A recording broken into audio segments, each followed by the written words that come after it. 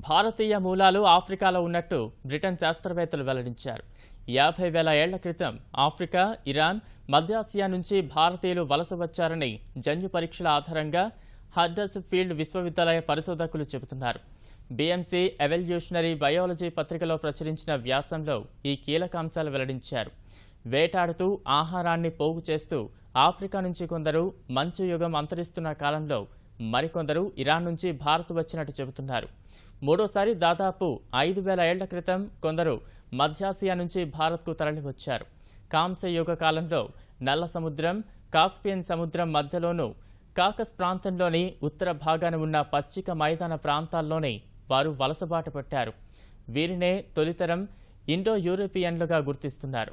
వీరి సమాజంలో పురుషాధిక్యత ఉండేది. వీరంతా పశుపోషకులు. తొలిసారిగా గుర్రాన్ని మచ్చిక చేసుకున్నారు. వారు మాట్లాడే భాష సంస్కృతంగా మారింది. సంస్కృతానికి ప్రాచీన గ్రీకు, లాటిన్తో సంబంధం ఉందని 200 ఏళ్ల క్రితమే భాషా శాస్త్రవేత్తలు గుర్తించారు. భారతీయుల మూలాలను రుజువు చేయడానికి పురావస్తుపరంగా ఎటువంటి ఆధారాలు లేవు. డిఎన్ఏ పరీక్షలు నిర్వహించడానికి ప్రాచీన పుర్రెలు, ఇతర ఆధారాలు లేవు.